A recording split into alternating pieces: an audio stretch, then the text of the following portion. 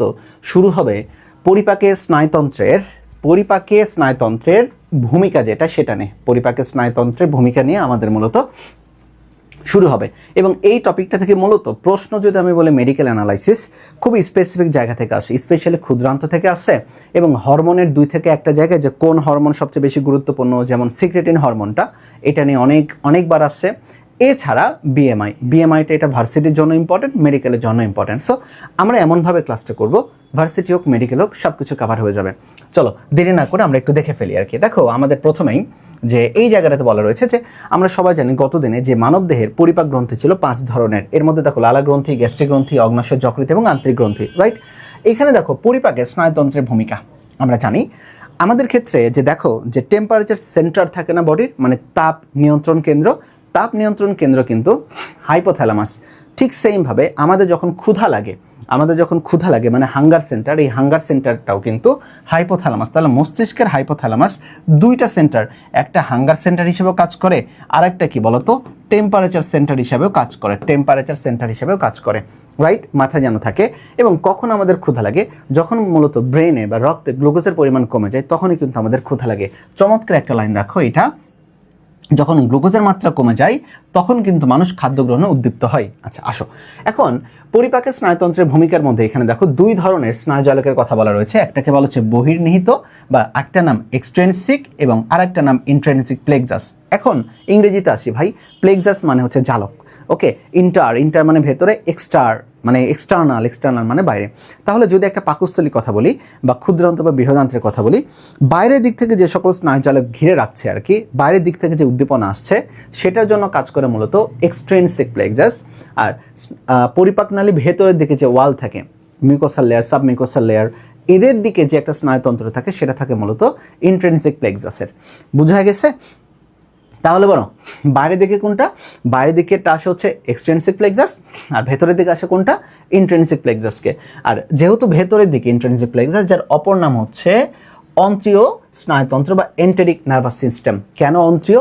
Enteric, ENTERIC, INTER না কিন্তু inter, INTER, inter মানে হচ্ছে মধ্যবর্তী।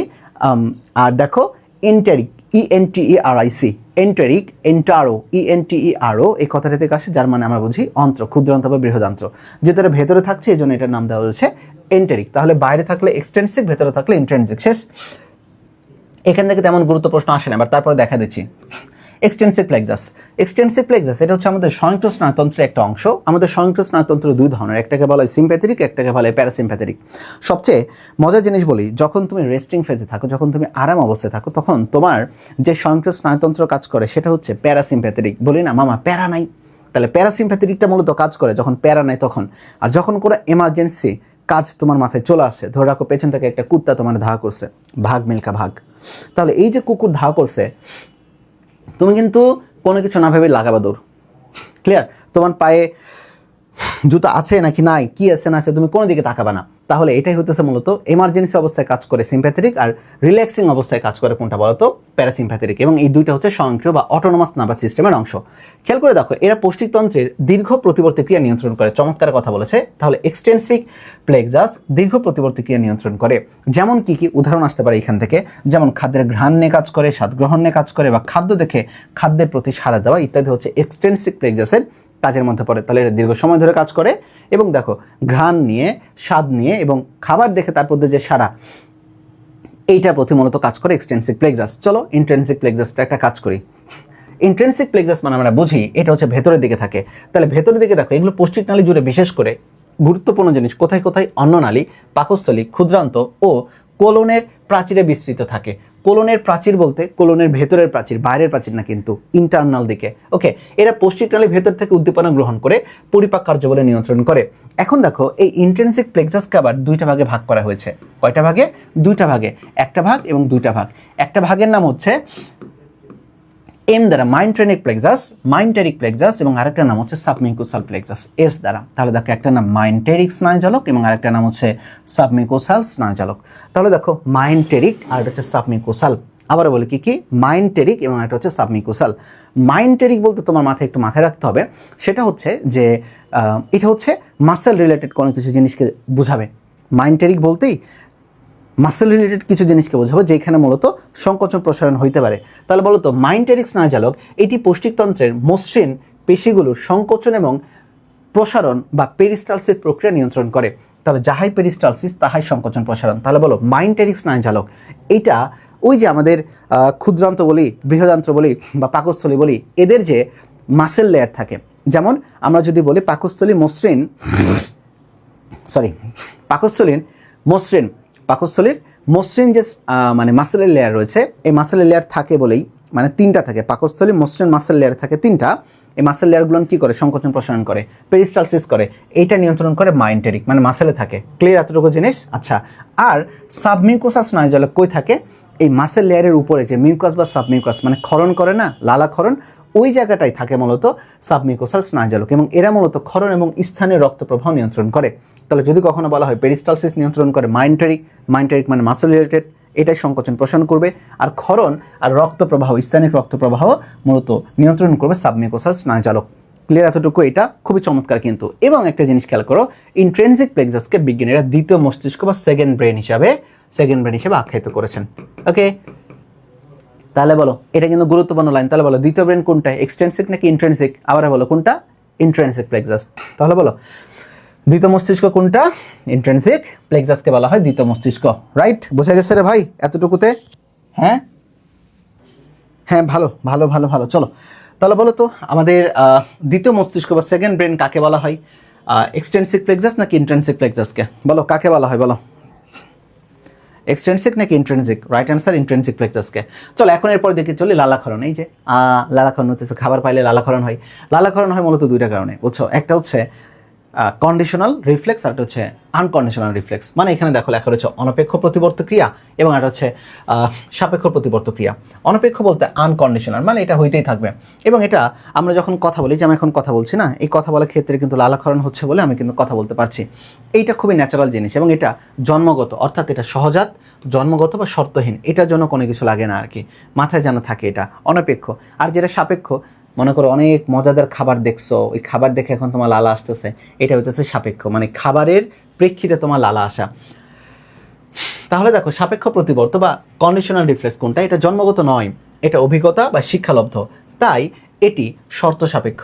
যেমন কি খাদ্যবস্তু দেখলে, ঘ্রাণ প্রভৃতি অনুভূতি থেকে সাপেক্ষ প্রতিবর্তী ক্রিয়ার উদ্ভব হয়েছে। মনে জানেন থাকো ভাই এটা। লাস্টের লাইনটিতে একটু খেয়াল করে দেখো, লালাক্ষরণে গ্লোসোফ্যারেঞ্জিয়াল এবং ফেসাল স্নায়ুর ভূমিকায় মুখ্য। এই লাইনটা ভালো করে দাগাও। তাহলে বলো আমাদের যেই কর্টিক স্নায়ু রয়েছে 12 জোড়া, 12 জোড়ার মধ্যে গ্লোসোফ্যারেঞ্জিয়াল এবং ফেসিয়াল স্নায়ু, আবার বলো এটা হচ্ছে লালাক্ষরণে মুখ্য ভূমিকা পালন করে। কেন গ্লোসোফ্যারেঞ্জিয়াল? গ্লোসা, এই যে গ্লোসা, ভাই গ্লোসা মানে জিহ্বা, গ্লোসা মানে জিহ্বা, তাহলে গ্লোসোফ্যারেঞ্জিয়াল, তাহলে গ্লোসাল রয়েছে জিহ্বার নিচেই তো আমাদের লালাক্ষরণ আসে, তাই না? তাহলে গ্লোসোফ্যারেঞ্জিয়াল লালাতে কাজ করে, লালাক্ষরণে কাজ করে, তার সাথে কি বলো তো? ফেসিয়াল। মনে রাখার জন্য কি? ফেসের অংশ মুখ এসে, এই জন্য মনে রাখার জন্য। চলো লালাক্ষরণ হয়েছে, লালাক্ষরণের পরবর্তীতে আসি গ্যাস্ট্রিক রসক্ষরণ। এইটা গুরুত্বপূর্ণ জিনিস, বেশ গুরুত্বপূর্ণ জিনিস। এখানে পুরো টপিকটাই গুরুত্বপূর্ণ। গ্যাস্ট্রিক রসক্ষরণ মূলত 3টা পর্যায় হয়, একটা হচ্ছে স্নায়বিক পর্যায়, একটা হচ্ছে পাকস্থলী বা গ্যাস্ট্রিক পর্যায়, আর একটা হচ্ছে আন্তরিক পর্যায়। তাহলে বলো কয়টা পর্যায়? 3টা পর্যায় গ্যাস্ট্রিক রসক্ষরণ, মানে স্নায়বিক পর্যায় যার অপর নামটা হচ্ছে মস্তিষ্ক দশা। আর মস্তিষ্ক মানে আমরা জানি সেফালো বা কেফালো, তাহলে এটা হচ্ছে সেফালিক ফেজ। তাহলে দেখো স্নায়বিক পর্যায়ের কয়েকটা নাম। স্নায়বিক মানে নার্ভাস ফেজ, যেহেতু এটা মস্তিষ্ক থেকে নিয়ন্ত্রণ হয়, মস্তিষ্ক দশা, এবং অপর নামটা হচ্ছে মস্তিষ্কের অপর নাম সেফালিক দশা। তাহলে যখন তুমি একটা খাদ্যের ঘ্রাণ পাইছো, চিন্তা করতেছো বাসায় যে সেই একটা বিরিয়ানি খাবো, তোমার ব্রেন রেডি, যেই খাওয়া দাওয়া শুরু করা লাগবে, এটা হচ্ছে স্নায়বিক পর্যায়। এটা হচ্ছে কি পর্যায়? ধরে রাখো একটা স্নায়বিক পর্যায়। খাবার এখনো আসে নাই, বাট খাবারের চিন্তা করতে করতে তোমার অবস্থা টাইট হয়ে গেছে আর কি। তাহলে দেখো এক্ষেত্রে কি আসে, এটা কখন হয় বলো তো? সেটা হচ্ছে খাদ্যবস্তুর দর্শন, ঘ্রাণ, স্বাদ, এমন চিন্তায় এরূপ প্রতিক্রিয়া দেখা দিতে পারে, এবং এই প্রক্রিয়াটা চলে মূলত 1 ঘন্টা। এটা খুবই গুরুত্বপূর্ণ। তাহলে এটা বলো তো, এটা কত ঘন্টা এই পর্যায়ে? 1 ঘন্টা, 1 আওয়ার। বলো কত আওয়ার? 1 আওয়ার। তাহলে স্নায়বিক পর্যায়ে চলে 1 ঘন্টা। এটা কখন হয়? খাদ্য নিয়ে চিন্তা ভাবনা করলে যেটা হয় সেটা হচ্ছে আমাদের স্নায়বিক। এখন তুমি খাবার খাইছো, খাবার খাওয়ার পরে খাবারটা ধরে রাখো মুখ থেকে চলে যাবে পাকস্থলীতে। পাকস্থলী মানে তো গ্যাস্ট্রো, তাহলে যেহেতু লেখা রয়েছে পাকস্থলী পর্যায়, পাকস্থলী মানে গ্যাস্ট্রিক, তার মানে এটা সংগঠিত হবে পাকস্থলীতে। এবং পাকস্থলী যে ভেতরের প্রাচীর রয়েছে, আমরা জানি পাকস্থলী মূলত লেয়ার হচ্ছে 5টা। পাকস্থলীর লেয়ার কয়টা? 5টা। সবার ভেতরে লেয়ার হচ্ছে মিউকোসা আর সবার বাইরে লেয়ার হচ্ছে সেরোসা। তাহলে 5-এর যদি আমি চিন্তা করি, সবার ভেতরে লেয়ার হচ্ছে মিউকোসা, সবার বাইরে লেয়ার হচ্ছে সেরোসা, রাইট? 5টা লেয়ার। কিন্তু যদি কখনো বলা হয় পাকস্থলীর মসৃণ পেশির লেয়ার কয়টা? 3টা। তাহলে পেশির লেয়ার 3টা আর মোট লেয়ার কয়টা? 5টা। এর মধ্যে সবার ভেতরে যে মিউকোসা, এই মিউকোসার ওই ভেতরের দিকে থাকে সাবমিউকোসা, মানে মিউকোসার পরে পেছনে থাকে সাবমিউকোসা। তাহলে এই স্নায়বিক উদ্দীপনা পাকস্থলীর ভেতরে সাবমিউকোসা স্তরের মেসনার প্লেক্সাস এই জায়গাটাতে পৌঁছে যায় আর কি। ক্লিয়ার? মেসনার প্লেক্সাস তাহলে কই থাকে? ইম্পর্টেন্ট জিনিস, সাবমিউকোসায় থাকে। মেসনার প্লেক্সাস কই থাকে? সাবমিউকোসায় থাকে। তাহলে দেখো, একটা ছিল মাইন্টেরিক প্লেক্সাস থাকতেছে কোথায়? মাইন্টেরিক প্লেক্সাস থাকতেছে মাসেলে। আর মেসনার প্লেক্সাস থাকতেছে কোথায়? সাবমিউকোসায়। মাথায় রাখো। তাহলে দেখো, একটু জিনিস আমি যদি লিখি তাহলে বলো তো এই জায়গাটাতে একটা জিনিসের দিকে একটু বলি। প্লেক্সাস একটা ছিল মাইন্টেরিক plexus,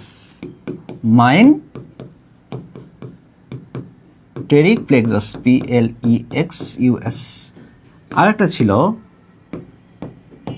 Messner plexus, PLEXUS, Messner plexus. মাইন্টেরিক plexus যেটা এটা মূলত থাকছে কোথায়? যে অন্ত্র থাকে, ক্ষুদ্রান্ত বলো বা পাকস্থলী বলো, যেটাই অন্ত্র বলি, তাদের পেশিতে থাকছে। কোথায় থাকে বলো তো? পেশিতে থাকছে। পেশিতে থেকে সে কি নিয়ন্ত্রণ করতেছে? পেরিস্টালসিস, পেরিস্টালসিস প্রক্রিয়া নিয়ন্ত্রণ করে। আর মেসনার প্লেক্সাস এটা থাকে ক্ষুদ্রান্ত বা পাকস্থলীর কোন জায়গায় থাকে? বা বৃহদান্ত্রের কোন জায়গাটা থাকে? এটা থাকে ভেতরের দিকে সাবমিউকোসাল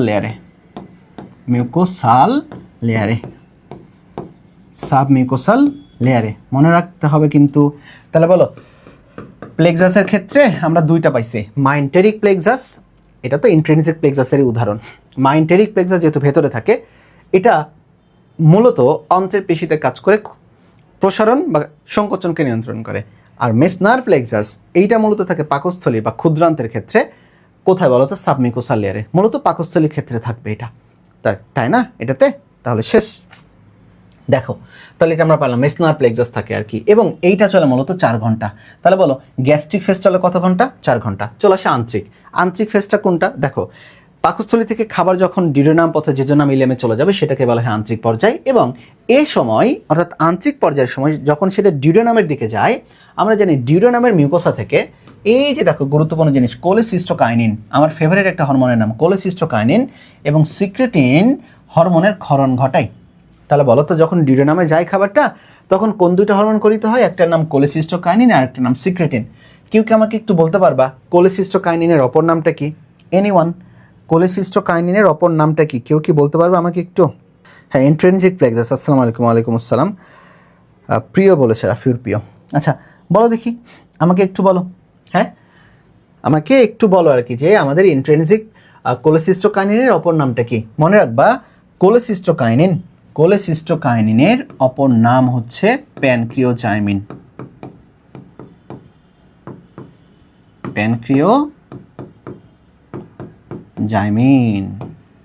তাহলে কোলেসিস্টোকাইনিনের অপর নাম হচ্ছে প্যানক্রিওজাইমিন। কেন? কারণ কোলেসিস্টোকাইনিন একই সাথে প্যানক্রিয়াসের বা অগ্ন্যাশয়ের উপরেও কাজ করে, আবার পিত্তথলির উপরেও কাজ করে, ইত্যাদি। এখন দেখো, এখানে কথা বলা রয়েছে সিক্রেটিন, যেটা প্রথম আবিষ্কৃত হরমোন। তাহলে সিক্রেটিনের যদি আমি কথা বলি, তাহলে সিক্রেটিন হচ্ছে কোন হরমোন বলো তো? প্রথম আবিষ্কৃত হরমোন। পাকস্থলীতে গ্যাস্ট্রিক রসক্ষরণ বন্ধ করে, এবং কোলেসিস্টোকাইনিন পাকস্থলী থেকে খাদ্য ডিউওডেনামে আসার গতিপথকে নিয়ন্ত্রণ করে। সিক্রেটিনের কাজই হচ্ছে সিক্রেশনে সহায়তা করা বা সিক্রেশনকে বন্ধ করে দেওয়া। এই জন্য দেখো, সিক্রেটিন এই যে গ্যাস্ট্রিক রস সিক্রেশন মানে ক্ষরণকে বন্ধ করে দিচ্ছে এই ক্ষেত্রে। শেষ। তাহলে বলো, আমাদের এখানে গ্যাস্ট্রিক রসক্ষরণের পর্যায়ে 3টা। একটা হচ্ছে স্নায়বিক, 1 ঘন্টা চলে, এরপরে হচ্ছে গ্যাস্ট্রিক 4 ঘন্টা চলে, আর আন্ত্রিক নিয়ে কোনো ঘন্টা টন্টা দেওয়া নেই। বাট এখানে 2টা গুরুত্বপূর্ণ হরমোন কাজ করে, একটা নাম কোলেসিস্টোকাইনিন আর একটা নাম হচ্ছে সিক্রেটিন। কোলেসিস্টোকাইনিনের অপর নাম প্যানক্রিওজাইমিন। এরপর দেখো, অগ্ন্যাশয়রস এবং পিত্তরস নিঃসরণ। এইখানে খুব বেশি গুরুত্বপূর্ণ জিনিস নাই, বাট ওইখানে দেখো লেখা রয়েছে সিক্রেটিন এবং কোলেসিস্টোকাইনিন উভয় হরমোনে অগ্ন্যাশয়রস এবং পিত্তলবণ ক্ষরণে গুরুত্বপূর্ণ ভূমিকা রাখে, ইত্যাদি ইত্যাদি ইত্যাদি।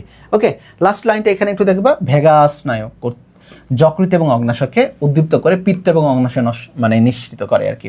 তাহলে কোন স্নায়ু বলতে? একটা ভেগাস স্নায়ু।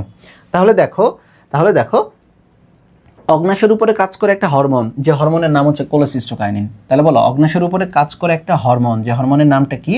কোলেসিস্টোকাইনিন। হরমোন কিন্তু, হরমোন, স্নায়ু নয় কিন্তু। আর যকৃৎ এবং অগ্ন্যাশয়কে উদ্দীপ্ত করে হরমোন ক্ষরণে বলে তোরা হরমোন ক্ষরণ করে। যকৃৎ এবং অগ্ন্যাশয়কে উদ্দীপ্ত করবে যেই স্নায়ু, সেটা হচ্ছে সর্ববৃহৎ বা বিস্তৃত স্নায়ু, যার নাম হচ্ছে ভেগাস, লাস ভেগাস, যার নাম কি বলতো? ভেগাস স্নায়ু উদ্দীপ্ত করে। আর কোন হরমোনটা অগ্ন্যাশয়ের উপরে কাজ করে? কোলেসিস্টোকাইনিন। কোন হরমোনটা পিত্তথলির উপরে কাজ করে? সেটাও কোলেসিস্টোকাইনিন। ওকে, মনে থাকবে? শেষ। তাহলে আমাদের এই যে স্নায়বিক নিয়ন্ত্রণের কাহিনী শেষ। এরপরে দেখো পরিপাক হরমোনের ভূমিকা। এই যে এখানে দেখো আমি কতগুলো স্টার দিছি, ফুল পড়বে ভাই, এখান থেকে মিস যাওয়ার কোনো সুযোগ নাই। এরপর আমি যে তোমাদের দু একটা জিনিস দেখাই দেবো, এটা তো মাস্ট বি তোমাকে পড়তে হবে। কোনো কথাই হবে না ভাই, এখানে নো কথাবার্তা, কথার কোনো টাইম নাই এটাতে। চলো, আজকে পরীক্ষাতে কে কত পাইছে একটু কমেন্টস আমাকে করে জানাও তো। পরীক্ষা তোমাদেরকে ওয়েবসাইটেও দিতে পারবা, এখনও দিতে পারবা, আবার গুগল ফর্মেও দিতে পারবা। ওকে, ক্লিয়ার? আর তোমাদের জন্য যেটা বলে রাখি, সেটা তো তোমরা সবাই জানো যে আলহামদুলিল্লাহ অ্যান্ড বায়োলজি লাভার্স ওয়েবসাইটে আমাদের এইখানে, তোমরা যদি আমাদের বায়োলজি লাভার্স ওয়েবসাইটে যাও, এই যে biology lovers website, biology lovers দিয়ে সার্চ দিলেই হবে। আমাদের ওয়েবসাইটে আসলে তুমি নিচের দিকে দেখতে পাবে আমাদের কোর্সে, এই যে দেখো 100 টাকায় মেডিকেল বায়োলজি। আলহামদুলিল্লাহ অলরেডি 100 না, কত যেন 204 জন এনরোল করেছে মাত্র 100 টাকায়। 100 টাকায় তুমি মেডিকেল বায়োলজি পাবা, তুমি জিকে পাবা। ওকে, তুমি সব কিছু পেয়ে যাবা আর কি। এখানে তুমি 100 টাকায় মূলত কী পাবা বলো? তুমি 100 টাকায় পাবা হচ্ছে টোটালি মেডিকেল বায়োলজি, টোটালি তোমাকে জিকে আমি একদম দাগায় দাগে পিডিএফ সহকারে দেব। তোমার সেটার পরীক্ষা থাকবে, তুমি ওয়েবসাইটে ক্লাস করবা, তুমি ফেসবুক লাইভে গ্রুপে, পেইড গ্রুপে তুমি লাইভ ক্লাস করবা, ওয়েবসাইটে রেকর্ডেড ক্লাস করবা, ওয়েবসাইটে পরীক্ষা দিবা। তুমি হাজার টাকা খরচ করে ঠিক যেই সার্ভিসটা পাও, আমি তোমাকে 100 টাকায় সেই সার্ভিসটা দিয়ে আমি তোমাকে প্রুফ করে দিব, প্রুফ করবো। আচ্ছা, এত কম টাকায় কেন সার্ভিস? একটাই কথা, এটা একটা চ্যালেঞ্জ ছিল, এই চ্যালেঞ্জটা নেওয়ার জন্য, জাস্ট দেখানোর জন্য, চ্যালেঞ্জটা প্রুফ করার জন্য এটা নেওয়া আর কি। 100 টাকা কি সারা জীবন থাকবে না? কখনোই থাকবে না 100 টাকা, আগেই বলে দিলাম। এটা পাগল পাইছে 100 টাকায় মেডিকেল জিকে পড়াবে কেউ আর কি? এমবিবিএস কমপ্লিট করে 9 বছর 10 বছর ধরে বাচ্চা কাচ্চাদের পড়াইতেছি, 100 টাকায় পড়াবো? এটা সম্ভব না। জাস্ট ধরে রাখো, তো বললাম চ্যালেঞ্জ জিততে হবে আর কি আমাকে। তো তোমাদের হয়তো 100 টাকার মাত্র 2-1 দিনের মধ্যে থাকতে পারে, তোমরা দ্রুত এনরোল করে ফেলো, পরবর্তীতে কোর্সের দামটা বেড়ে যাবে কিন্তু এটাতে। চলো, এটার সাথে রুটিনে রয়েছে আর কি, বুঝছো? এইটাতে গেলে তোমরা রুটিন পাবা। এই যে রুটিনটা, এখানে রুটিনটা দিয়ে দেওয়া রয়েছে। এই যে আজকে কত তারিখ? 19 তারিখ। পরিপাক শোষণ এখানে মূলত শেষ পর্যন্ত ক্লিয়ার, বোঝা গেছে রে ভাই? ক্লিয়ার এতটুকু জানিস? এটা আবার 22 তারিখে হচ্ছে কোষ বিভাজন, একদিনে শেষ হয়ে যাবে। সাথে প্রত্যেক দিনে জিকে টিকে থাকে কিন্তু, আমি তোমাদের কিন্তু জিকেও দিয়ে দিই কিন্তু এটাতে, মাথায় যেন থাকে, এটাতে মাথায় থাকে। যে হোক, এইটার সাথে যেহেতু জিকে নাই আর কি, জিকে নাই এটার সাথে কিন্তু, ক্লিয়ার? এই কয় তারিখ থেকে? 22 তারিখ থেকে আমাদের জিকেটা শুরু হবে। আমি তোমাদেরকে জিকে একদম দাগায় দাগায় দিয়ে দেবো কিন্তু, মাথায় যেন থাকে। চলো, এরপর আমরা একটু চলে যাই কি, আমাদের কোথায় যাব? আমাদের ক্লাসের দিকে যাই। না, বায়োলজির বস্টস ভাই আমি কোনো কিছু না, সবাই ভালো পড়ায় ভাই, বুঝছো? তোমার কাছে, তোমার যার কাছে পড়তে তোমার ভালো লাগে, that's the fact, right?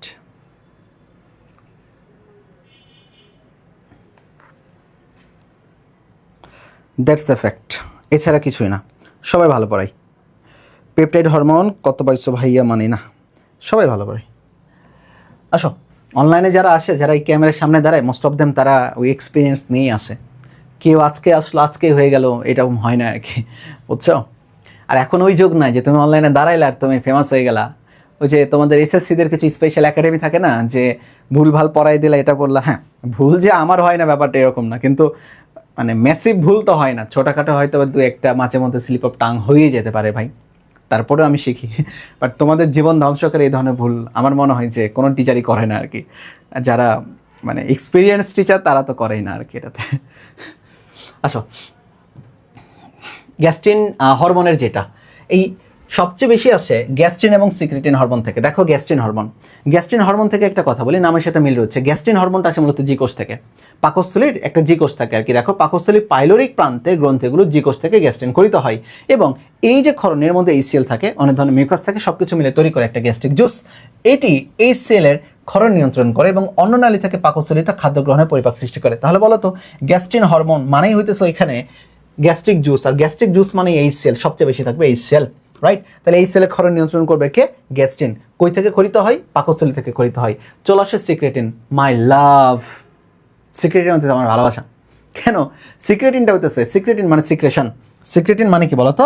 Secretion. তাহলে আমি যদি বলি সিক্রেটিন, আমি যদি কখনো বলি সিক্রেটিন, তাই না? সিক্রেটিন, সিক্রেটিন কথাটা আসে সিক্রেশন থেকে। সিক্রেটিন কথাটা আসে কই থেকে? সিক্রেশন থেকে। সিক্রেশন মানে হইতেছে ক্ষরণ, রাইট? তাহলে যদি কখনো বলা হয় প্রথম আবিষ্কৃত হরমোনের নামটা কি, ভাই বলো তো? প্রথম আবিষ্কৃত হরমোনের নাম হচ্ছে সিক্রেটিন, এবং এইটা সবার সিক্রেশন মানে ক্ষরণে বাধা দিবে। মানে এর কাজই হইতেছে ক্ষরণ কেনে কাজ করা, কারো ক্ষরণ বাড়াই দিবে তো কারো ক্ষরণ পোং করে কমাই দিবে। এই হইতেছে বসের কাজ। আসো তাহলে চলো সিক্রেটিন। তাহলে দেখো এইটা মূলত কই থেকে আসে? গুরুত্বপূর্ণ জিনিস জায়গাটা, এটা আসলে পাকস্থলী থেকে, এটা আসছে ক্ষুদ্রান্তের ডিউডেনাম থেকে। ওকে, খুবই খুবই গুরুত্বপূর্ণ, ডিউডেনাম থেকে, ভুল করা যাবে না। এর প্রভাবে অগ্নাশয় থেকে অগ্নাশয় রস নিঃসৃত হয়, যে দেখো নিঃসরণ মানে সিক্রেশন। এটি পাকস্থলীর প্রাচীরকে পেপসিন মানে পেপসিনোজেন, পেপসিন পরবর্তীতে রূপান্তরিত হয় এনজাইম, এবং যকৃতকে বাইল বা পিত্তক্ষরণেও উদ্দীপ্ত করে। এটি প্রথম আবিষ্কৃত হরমোন। তাহলে বলো এটা কই থেকে ক্ষরিত হয়? ডিউডেনাম থেকে। প্রথম আবিষ্কৃত হরমোনের নাম কি? সিক্রেটিন। চলে আসো কোলেসিস্টোকাইনিন, আর একটা ভালোবাসার জায়গা। কোলেসিস্টোকাইনিন তোমরা সবাই জানো, কোলে, কোলে বলতে পিত্তথলি। এবার এটা পিত্তথলিকেও দেয় একটা চাপ, তাহলে পিত্তথলি থেকে পিত্তরস বের করবে। এবার এটা আবার অগ্নাশয়রা বলে অগ্নাশয় কাজ কর, মানে এবার অগ্নাশয়ের উপরেও কাজ করে। মানে এরা হইতেছে প্যানক্রিওজাইমিনের অপর নাম হচ্ছে প্যানক্রিওজাইমিন, প্যানক্রিওজাইমিন। মনে রাখো ভাই, মনে রাখো ভাই, এটি পিত্তথলি থেকে পিত্তরস বের করতে সহায়তা করে। তাহলে কোলেসিস্টোকাইনিন একসাথে দুই জায়গায় কাজ করবে, সেটা হইতেছে পিত্তথলি প্লাস প্লাস অগ্নাশয়। পিত্তথলি প্লাস কি শয়? অগ্নাশয়। গুরুত্বপূর্ণ জিনিস চলে আসে সোমাটোস্ট্যাটিন। স্ট্যাটিনে দিলাম, এবারের কাজ হতেছে সবাই বাধা দেওয়া। সোমাটোস্ট্যাটিনের কাজই হতেছে কাজ করতে দিবে না, লাগাবে বাধা। সবার কাছে ব্যাগরা বাধা হয়, সোমাটোস্ট্যাটিন ব্যাগরা বাধা দিবে। এবারটা আসে কই থেকে বলো তো? এটা আসে ডি কোষ থেকে। তাহলে বলো জি কোষ থেকে আসে গ্যাস্ট্রিন, জি কোষ থেকে আসে কোনটা বলো? গ্যাস্ট্রিন। আবার বলো জি কোষ থেকে কোনটা আসে? গ্যাস্ট্রিন।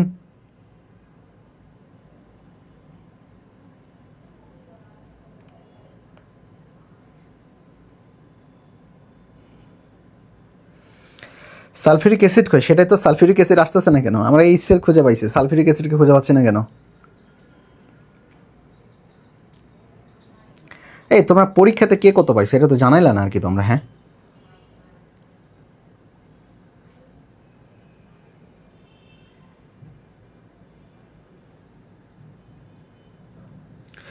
জিকের জন্য বই যদি না কিনতে চাও তাও হবে, বুঝছো? জিকের জন্য আমি মূলত অ্যাসপেক্ট মেডিকেল জিকেটা আমি তোমাদেরকে দাগায় দাগায় দিই, এটা তোমরা পেয়ে যাবে আর কি।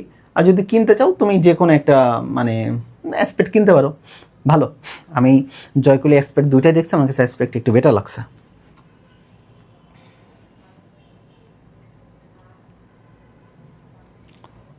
থ্যাংক ইউ পোলাপান।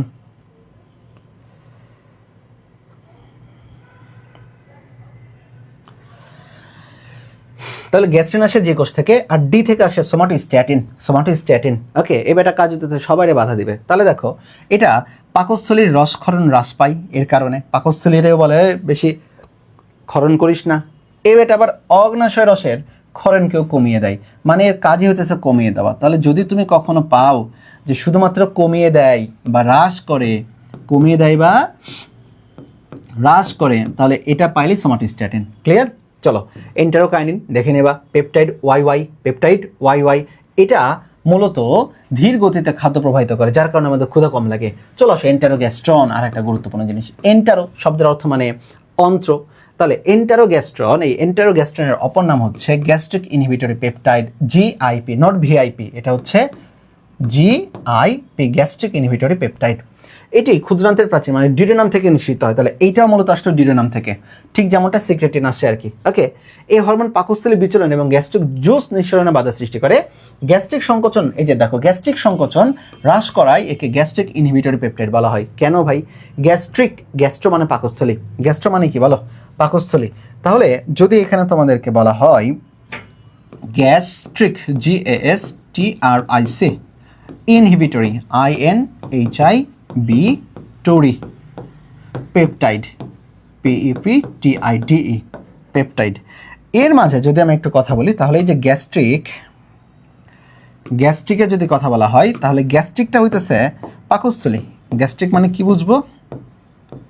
পাকস্থলী, তাই না? পাকস্থলী।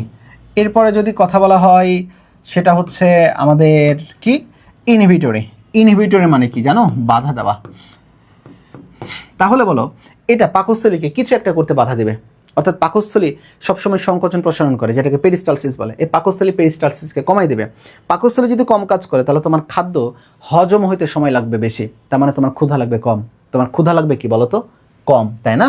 তাহলে ক্ষুধা কম লাগাইতো মূলত এটা সহায়তা করে, ক্ষুধা কম লাগাইতো মূলত এটা সহায়তা করে আর কি। ওকে, এই যে পেপটাইড YY এটাও মূলত সহায়তা করে, তাকে এটা গ্যাস্ট্রিক ইনহিবিটরি পেপটাইড বলা হয়। এইখানে একটা গুরুত্বপূর্ণ লাইন পারভিন ম্যাডামের, এটা একটু তুলে ফেলো। ইনসুলিন ক্ষরণের সূচনা করে। অগ্নাশয়ের বিটা কোষ থেকে যেটা ইনসুলিন ক্ষরণ হয়, ইনসুলিন ক্ষরণের সূচনা করে কিন্তু এন্টারোগ্যাস্ট্রন। এক্সট্রা ইনফো তুলে ফেলো। তাহলে কি ক্ষরণ বলো তো? ইনসুলিন ক্ষরণ, মিস করা যাবে না। আবার বলো কি ক্ষরণ? কি ক্ষরণ বলো ভাই? ইনসুলিনের ক্ষরণ। এটা মূলত পারভিন ম্যাডামের বই থেকে সূচনা করে এন্টারোগ্যাস্ট্রন। এরপরে এগুলান দেখে নিবা, এগুলান দেখে নিবা, এগুলান দেখে নিবা। 13 নম্বরের দিকে চলে আসো, ক্ষুধা এবং তৃপ্তি নিয়ন্ত্রণকারী হরমোন। এর মধ্যে এই প্রশ্নটা অনেকবার আসে। গ্রিল খাই না আমরা? গ্রিল কখন খাই বলো তো? যখন ক্ষুধা লাগে। তাহলে ক্ষুধার উদ্রেক বাড়িয়ে দেয় কে? গ্রিল। আর খাওয়ার পরে আমরা ঢেকুর দেওয়া, অনেক খাইছি, হেভি খাওয়া খাইছি ভাই বিয়ে বাড়িতে যাওয়ার পরে। তাহলে দেখো অন্যদিকে খাদ্য গ্রহণের সময় পিপি মানে প্যানক্রিয়াটিক পলিপেপটাইড এবং PYY মানে পেপটাইড YY হরমোনের মাত্রা বেড়ে যায়, যার কারণে খাবারে তৃপ্তি হয়। তাহলে বাচ্চারা বলো ক্ষুধার উদ্রেক হয় কেন বলো? গ্রিল খাইতে মন চাই। কি খাইতে মন চাই? গ্রিল খাইতে মন চাই। আর তৃপ্তি হয়ে গেছে মানে খাবার খেয়ে একদম মন ভরে গেছে, সেটা হতেছে PYY এর কারণে আর PP কারণে। PP মানে প্যানক্রিয়াটিক পলিপেপটাইড আর PY মানে হচ্ছে পলিপেপটাইড YY এর কারণে। এই দুটা দেখতে হবে। ক্লিয়ার রে ভাই? বোঝা গেছে মোটামুটি? ওকে, আমাদের হরমোন এর মধ্যে থেকে আসবে। আর এই ছকটা দেখো আমি মাস্ট বলছি, এই জায়গায় রিডিং পড়ে নেবে ভালো করে। এই জায়গাটা থেকে যা যা আলোচনা করছি তার সারসংক্ষেপ একটা এখানে দেওয়া রয়েছে আর কি। বুঝা গেছে?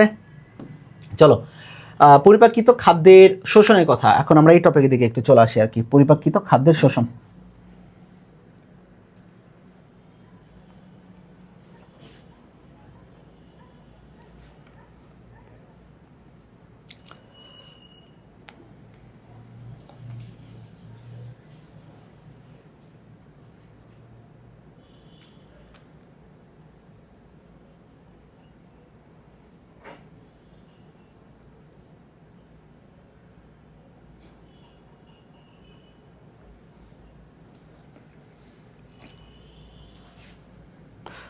পরিপাকৃত খাদ্যের শোষণ। আচ্ছা ঠিক আছে। আচ্ছা বলো দেখি, তোমাদের একটা প্রশ্ন ধরি। সে প্রশ্নটা হচ্ছে আচ্ছা প্রশ্নটা হচ্ছে তোমাদের কি প্রশ্ন দিই? এই প্রশ্নটা দিই, বলো মানুষের দেহের সবচেয়ে কঠিন আবরণ কোনটা?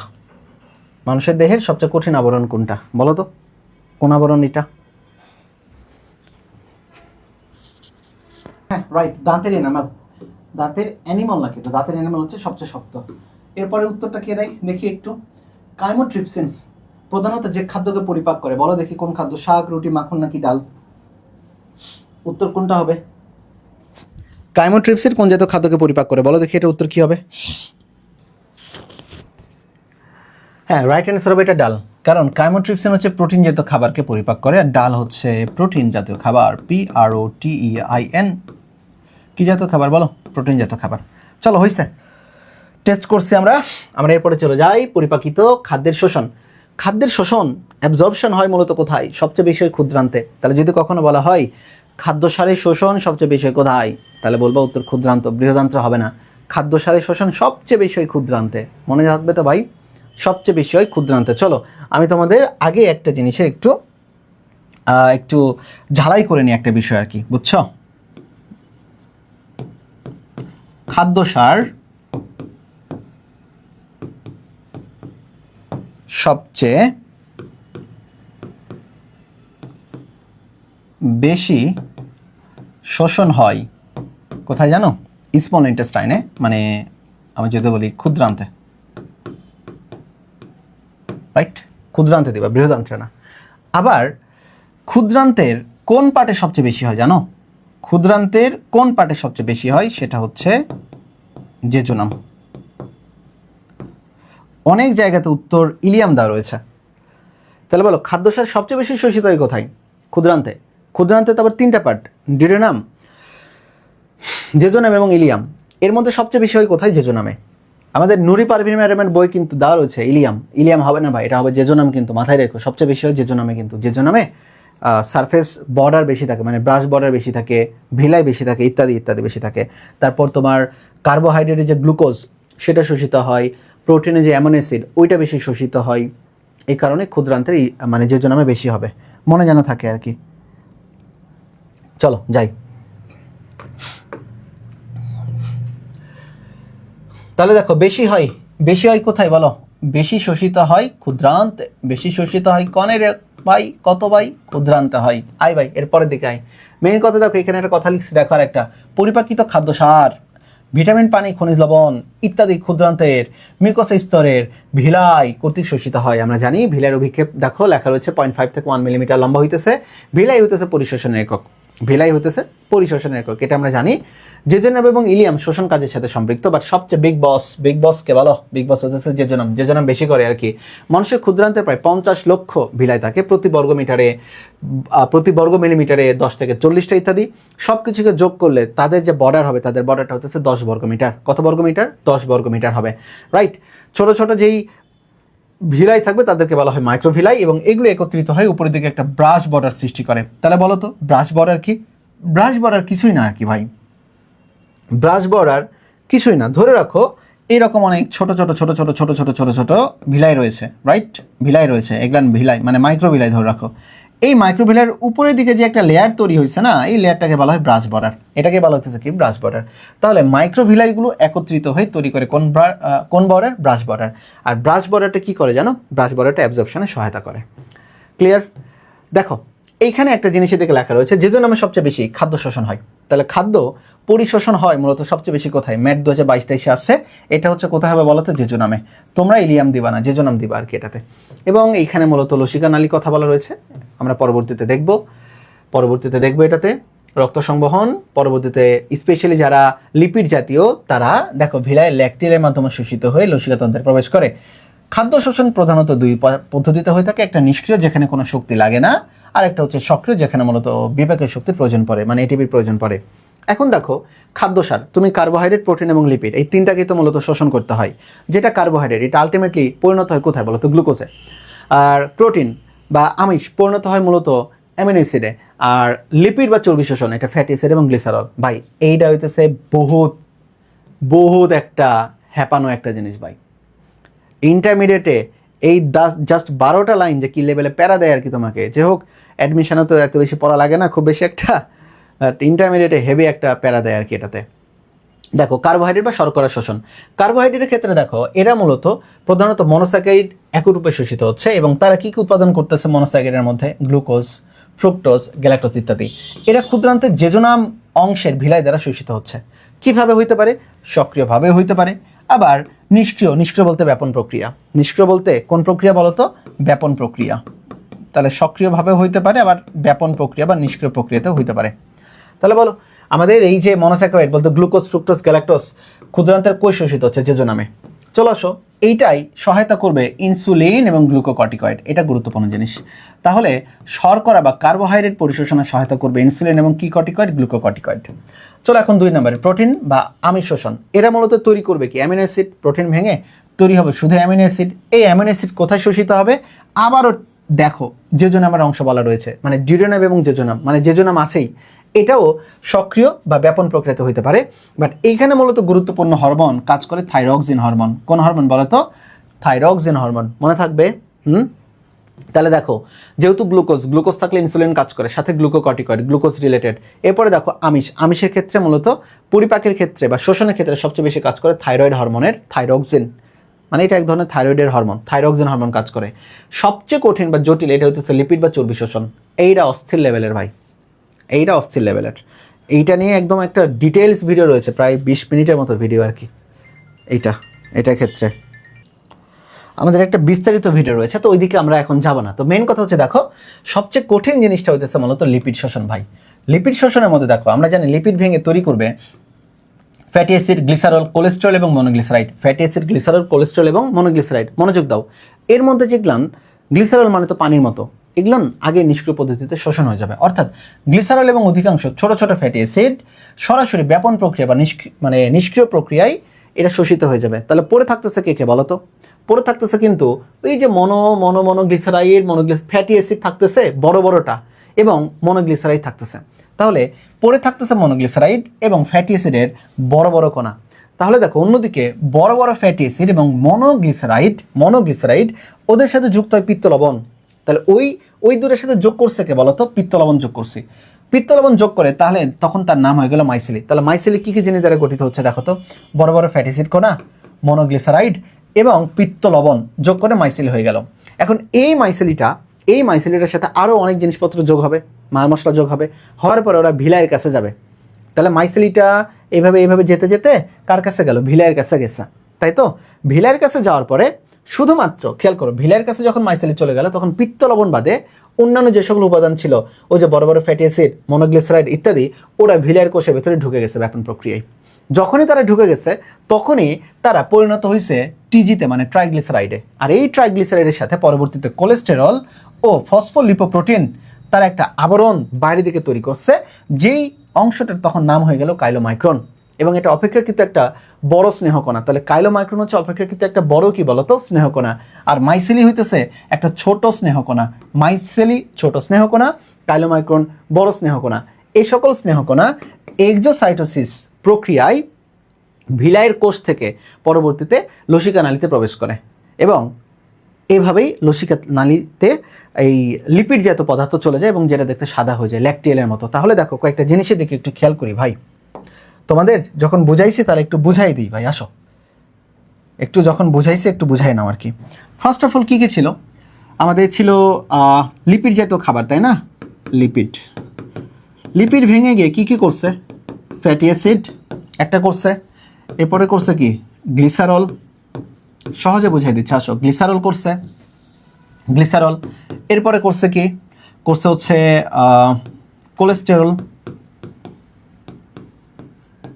Cholesterol, right? এরপরে করছে হচ্ছে মনোগ্লিসারাইড, এমজি মানে মনোগ্লিসারাইড দিছে, রাইট? এর মধ্যে দেখো কি হয়েছে। এর মধ্যে যারা ছোট, তাহলে এর মধ্যে দেখো ছোট এফ ডটে মানে ফ্যাটি অ্যাসিড প্লাস পানির মতো জিনিস। গ্লিসারল তো পানি, মানে লিকুইড, পানি বলা যাবে না, লিকুইড। এরা আগেই ব্যাপন প্রক্রিয়া শোষিত হয়ে গেছে। শোষিত হয়ে গেছে, রাইট? এদের না কোনো প্যারা নাই। তাহলে এখন পড়ে আছে কারা? পড়ে আছে বড় বড় ফ্যাটি অ্যাসিড কণা, সাথে পড়ে আছে মনোগ্লিসারাইড, মনোগ্লিসারাইড, রাইট? এদের সাথে যুক্ত হইছে পিত্ত লবণ। এদের সাথে যুক্ত হইছে কি? এদের সাথে যুক্ত হইছে পিত্ত লবণ। তাহলে পিত্ত লবণ সহযোগে এদের সব কয়টার নাম তখন হয়ে গেল মাইসেলি। মাইসেলির সাথে পরবর্তীতে আর অনেক কিছু যুক্ত হয়, মাইসেলি। তাহলে বলো, মাইসেলি এটা হইতেছে চর্বি কণা, বাট কোন ধরনের চর্বি কণা? ক্ষুদ্র চর্বি কণা। বলো, কোন ধরনের চর্বি কণা? ক্ষুদ্র চর্বি কণা, এটা মাইসেলি। এখন এই মাইসেলিটা, এই যে ধরো একটা এই কালার দিই,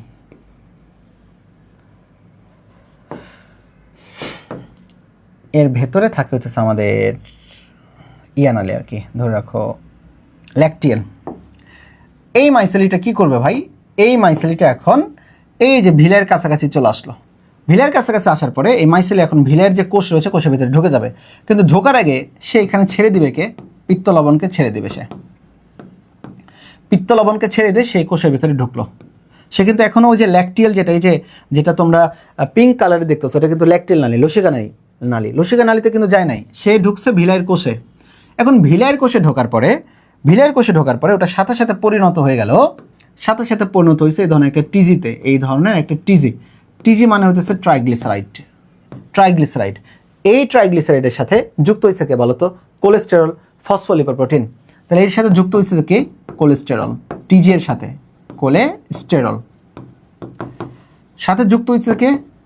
ফসফোলিপোপ্রোটিন। ফসফোলিপোপ্রোটিন যুক্ত হয়েছে, বুঝতে পারছো? যুক্ত হওয়ার পরে সাথে সাথে ওই যে জিনিসটা ছিল, ওই জিনিসটার নাম তখন আরেকটু বড় হয়ে গেল, ধরে রাখো ওই জিনিসটার নাম হয়ে গেল তখন কাইলোমাইক্রন। নাম কি হয়ে গেল? কাইলোমাইক্রন। ভাই কাইলোমাইক্রন কিন্তু বড় চর্বি কণা, তাহলে এটা ছিল ক্ষুদ্র চর্বি কণা মাইসেলি। আর কাইলোমাইক্রন কি বলো? কাইলোমাইক্রন হচ্ছে বড় চর্বি কণা, বড় চর্বি কণা কাইলোমাইক্রন। বোঝা গেছে? এখন এই কাইলোমাইক্রনটা দেখো, কাইলোমাইক্রনটা ভিলাইয়ের যে কোষ, ওই ভিলাইয়ের কোষ থেকে দেখো ভেতরে ঢুকবে, মানে ল্যাকটিয়েলে ঢুকবে, ল্যাকটিয়েলের ভেতরে ঢুকে সে সারা দেহে চলে যাবে। তাহলে ভিলাইয়ের কোষ থেকে বের হয়ে এসে সে ল্যাকটিয়েল নামক নালীতে ঢুকলো। তাহলে ভিলাইয়ের কোষ থেকে বের হয়ে যেহেতু আসে, বের হয়ে আসছে, এই বের হয়ে আসার যে পদ্ধতি, এই বের হয়ে আসার পদ্ধতির নামটাই হইতেছে এক্সো। এক্সো মানে বাইরে, সাইটো মানে কোষ, সিস মানে প্রক্রিয়া। তাহলে কোষ থেকে বাইরে বের হওয়ার প্রক্রিয়া, বাইরে বের হয়ে সে কোন নালীতে চলে গেল? ল্যাকটিয়েল নালীতে চলে গেল। বলো তো ভাই কোন নালীতে? ল্যাকটিয়েল বা লসিকা নালীতে চলে গেল। এই হইতেছে মূলত কাহিনী। এই হইতেছে আমাদের মেইন কাহিনী। বুঝা গেছে ভাই এইখানে? তাহলে বলো ছোট ছোট চর্বিকণা কোনটা? মাইসেলি। বড়টা কোনটা? কাইলোমাইক্রন। মাইসেলি যখন ভিলাইয়ের কোষের ভিতরে ঢুকবে তখন সে বাইরে কাকে ছেড়ে দিয়ে চলে আসবে? পিত্ত লবণকে ছেড়ে দিয়ে চলে আসবে। মাইসেলি ভেতরে ঢোকার সাথে সাথে পরিণত হবে কিসে? টিজিতে, ট্রাইগ্লিসারাইড। ট্রাইগ্লিসারাইডের সাথে কোলেস্টেরল এবং ফসফোলিপোপ্রোটিন যুক্ত হয়ে তৈরি করবে যে একটা বড় চর্বি কণা, তার নাম হচ্ছে কাইলোমাইক্রন। আর এই কাইলোমাইক্রনটা এক্সোসাইটোসিস পদ্ধতিতে কোষ থেকে বের হয়ে এসে ভিলাইয়ের ভেতরে ঢুকবে, ভিলাইয়ের ভেতর থেকে ঢুকে সে লসিকা নালী বা ল্যাকটিয়েল পথে চলে যাবে, লসিকা তন্ত্রের দিকে। গুরুত্বপূর্ণ জিনিস শেষ। এরপরে দেখো পানি শোষণ। ক্ষুদ্রান্তে পানি শোষণের প্রধান স্থল, প্রত্যেকদিন 200 থেকে 400 ml পানি শোষিত হয়। ওকে, আর অবশিষ্ট পানি মূলত বৃহদান্তে যায়। মানে তাহলে পানি শোষণের সবচেয়ে বেশি হয় কোথায়? ক্ষুদ্রান্তে। রাইট অ্যান্সার ক্ষুদ্রান্তেই দিবা ভাই। খনিজ লবণ, ভিটামিন শোষণ, ওই যে চর্বিতে দ্রবণে ভিটামিন এগ্লান পড়ছো, খাদ্যদ্রব্যে পরিণতি এগ্লান পড়ছো। বাট এখানে একটা জিনিস দিকে খেয়াল করো, ফ্যাটি অ্যাসিড এবং গ্লিসারল, মানে চর্বি যখন আমাদের ভেঙে যায়, আমরা জানি এখানে দেখো খেয়াল করো, গ্লুকোজ আমাদের বডিতে জমা থাকে, যকৃতে জমা থাকে এবং পেশিতে জমা থাকে। কি রূপে? গ্লাইকোজেন রূপে। আর গ্লুকোজ কই থাকে জানো? গ্লুকোজ থাকে ব্লাডে। তাহলে রক্তে ঘুরে বেড়ায় গ্লুকোজ, আর জমা থাকে গ্লাইকোজেন রূপে যকৃত এবং পেশিতে। আর লিপিড জাতীয় খাবার ভাঙলে ফ্যাটি অ্যাসিড এবং গ্লিসারল হবে। এরা কি কাজ করে দেখো? ফ্যাটি অ্যাসিড প্লাজমা মেমব্রেন মানে কোষ ঝিল্লি এবং নিউক্লিয়ার মেমব্রেন মানে যত মেমব্রেন, এটা গঠনে সহায়তা করে। আর চর্বির শক্তি উৎপাদনের ক্ষমতা গ্লুকোজের তুলনায় দ্বিগুণ। এটা দেখো স্টার চিহ্ন দেওয়া রয়েছে, এটা গুরুত্বপূর্ণ, দ্বিগুণ এটা। আর দেখো মেমব্রেন মানেই সেটা হচ্ছে ফ্যাটি অ্যাসিড দ্বারা গঠিত হয়। এটা একবার রিডিং পড়ে নিবা ভালো কইরা, আর দিয়ে দিচ্ছে এটাতে। এরপরে দেখো বৃহদান্ত্রের ক্ষেত্রে এটার লেন্থ হচ্ছে 1.5 মিটার এবং বৃহদান্ত্রের পাটের ক্ষেত্রে দেখো, পাটের মধ্যে দেখো এখানে লেখা রয়েছে দেখো সিকাম, এরপরে ইউ আকৃতির একটা রয়েছে যেটাকে বলে কোলন, এবং আংটির মতো এই যে দেখো একটু বাঁকা অংশের মতো এটার নাম হচ্ছে রেকটাম। এটার নামটা কি? রেকটাম। রেকটামের এখানে একটা লেন্থ দেওয়া রয়েছে দেখো, রেকটাম হচ্ছে 12 সেন্টিমিটার লম্বা। বলো তো রেকটাম কত সেন্টিমিটার লম্বা? 12 সেন্টিমিটার লম্বা। আলিম স্যারের তথ্য লিখে ফেলো। এরপরে অ্যাপেন্ডিক্স, আমরা সবাই জানি appendix is a part of caecum. Appendix car part? Caecum. এই যে এই অংশটুকু হইতেছে আমাদের সিকাম, এবং এই জায়গায় যেটা থাকে এটার নামে হইতেছে দেখো অ্যাপেন্ডিক্স। এটার নামে কি? অ্যাপেন্ডিক্স। এটা কোলন, এটা ঊর্ধ্ব কোলন, এটা অনুপ্রস্থ কোলন, এটা নিম্নমুখী কোলন। এরপরে এই যে বাঁকা স্থান, এটা সিগময়েড কোলন। আর এই অংশটা হচ্ছে রেকটাম বা মলাশয়। আর এই অংশটা হচ্ছে পায়ু। পায়ু কিন্তু বৃহদান্ত্রের অংশ না, মনে রাখবা, পায়ু বৃহদান্ত্রের অংশ না। ক্লিয়ার? রেকটাম পর্যন্ত বা মলাশয় পর্যন্ত বৃহদান্ত্রের অংশ। চলো আসি এরপরে দেখো কোলনের আবার 4টা অংশ, ঊর্ধ্বগামী কোলন, অনুপ্রস্থ কোলন, নিম্নগামী কোলন, সিগময়েড কোলন। গুরুত্বপূর্ণ জিনিস এখানে দেওয়া রয়েছে অ্যাপেন্ডিক্স। অ্যাপেন্ডিক্সকে বলা হয় অণুজীবের সুরক্ষিত ভাণ্ডার। আলিম স্যারের বই। তাহলে বলো অ্যাপেন্ডিক্সকে কি বলা হয়? অণুজীবের সুরক্ষিত ভাণ্ডার। চলো আসো ব্যাকটেরিয়াল ক্রিয়া। বৃহদান্ত্রে তো খাবার পচে যায়, তাই না? হাগমুতো হইতেছে, তো মানে মুতো না, হাগত হইতেছে এইখানে আর কি, এবং এখানে ব্যাকটেরিয়া কাজ করে, 500 প্রজাতির ব্যাকটেরিয়া কাজ করে এখানে। ক্লিয়ার? এতটুকু জিনিস গুরুত্বপূর্ণ জিনিস। এবারে দেখো স্বল্প দৈর্ঘ্য ফ্যাটি অ্যাসিড ব্যাকটেরিয়া এবং কোলন প্রাচীরে শক্তি দেয়, এবং বৃহদান্ত্রে অবস্থিত ব্যাকটেরিয়া ভিটামিন কে এবং B12 এর ফলিক অ্যাসিড উৎপাদন করে।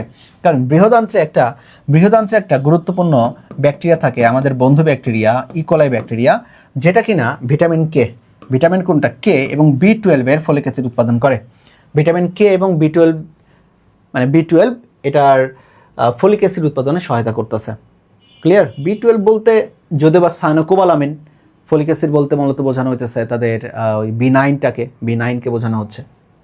তাহলে দেখো সেটা হইতেছে, দেখো ভিটামিন বি মানে B12 এবং ভিটামিন কে এটা মূলত তৈরি হইতেছে বৃহদান্ত্রে ইকোলাই ব্যাকটেরিয়ার সহায়তায়। আর কোন ধরনের ফ্যাটি অ্যাসিড চেইন শক্তি যোগায়? স্বল্প দৈর্ঘ্য, শর্ট চেইন। চলো, শোষণ এত হচ্ছে ক্ষরণ, গোবলুকোষ দেখে নিবা, মল উৎপাদন, তরল মণ্ডজাই 350, এর এখান থেকে হাগু তৈরি হয় 135 ml। ওকে, এটার নাম হচ্ছে ফিসেস, নট ফেসেস দিও না, ফেসেস দিলে কিন্তু অবস্থা টাইট হয়ে যাবে, ফিসেস দিবা। বর্জ্য নিষ্কাশন ইত্যাদি। এরপরে মলত্যাগের ইংরেজি হচ্ছে ডেফিকেশন, মলত্যাগের ইংরেজি কি? ডেফিকেশন, অথবা আর একটা নাম হচ্ছে ইসিয়েশন। আচ্ছা, এখানে দেখো যে এই যে হাগুর যে একটা গন্ধ হয়, এই গন্ধটা হয় মূলত হাইড্রোজেন সালফাইড উৎপাদনের কারণে। মানে এখানে মল যে দুর্গন্ধ, হাগু যে দুর্গন্ধ হইতেছে, এটা কেন? হাইড্রোজেন সালফাইডের কারণে। হাইড্রোজেন সালফাইড উৎপাদন হয়, এটা একটা গুরুত্বপূর্ণ জিনিস, আর তেমন কোনো কিছু নাই। বাট এইখানে একটা পারভিন ম্যাডামের এক্সট্রা তথ্য আমি তোমাদেরকে দিয়েছি। হাগু বৃহদান্ত্রে থাকে কত ঘন্টা? 36 ঘন্টা থাকতে পারে। কত ঘন্টা থাকতে পারে? 36 ঘন্টা স্টে করতে পারে। ওকে, চলো, এইখানে পরিপাক এবং শোষণের মধ্যে পার্থক্য দেওয়া রয়েছে, আমি ডাবল স্টার দিচ্ছি, একটু দেখে নিও। ব্যবহারিকের মধ্যে আমার সবচেয়ে গুরুত্বপূর্ণ জায়গা হচ্ছে পাকস্থলীর প্রস্থচ্ছেদ। পাকস্থলীতে আগেই বলেছি, পাকস্থলীর প্রাচীরের স্তর কয়টা ভাই? 5টা। আবারও বলো, কয়টা? 5টা। যদি বলা হয় মসৃণ পেশির স্তর, মসৃণ পেশি স্তর, বলো মসৃণ পেশি স্তর যেন কয়টা ভাই? 3টা। আর যদি শুধু বলা হয় স্তর কয়টা? স্তর হবে 5টা। একদম ভেতরের দিকে দেখো, ভেতরের দিকে থাকবে মিউকোসা, আর একদম বাইরের দিকে থাকবে সেরোসা। তাহলে মিউকোসা নিচে থাকবে, দেখো যে লেখা রয়েছে মাস্কুলারিস মিউকোসা, এরপরে লেখা রয়েছে সাব মিউকোসা, এরপরে পেশি স্তর, এরপরে সেরোসা। তাহলে যদি কখনো বলা হয় সবার ভেতরের দিকে থাকবে কোনটা? সবার ভেতরের দিকে থাকবে মিউকোসা, সবার বাইরের দিকে থাকবে সেরোসা। ক্লিয়ার এতটুকু জিনিস?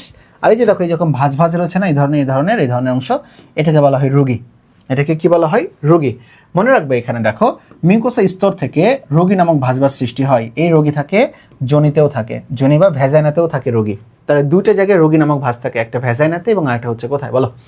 আরেকটা হচ্ছে পাকস্থলীর যেই ভেতরের দিকে মিউকোসা থাকে, এই জায়গাটাতে। বোঝা গেছে ভাই? ক্লিয়ার? এরপর স্থূলতা, এটা মনে হয় ম্যাথমেটিক্যাল টার্ম, এটা ভার্সিটির জন্য একটা দেখবা,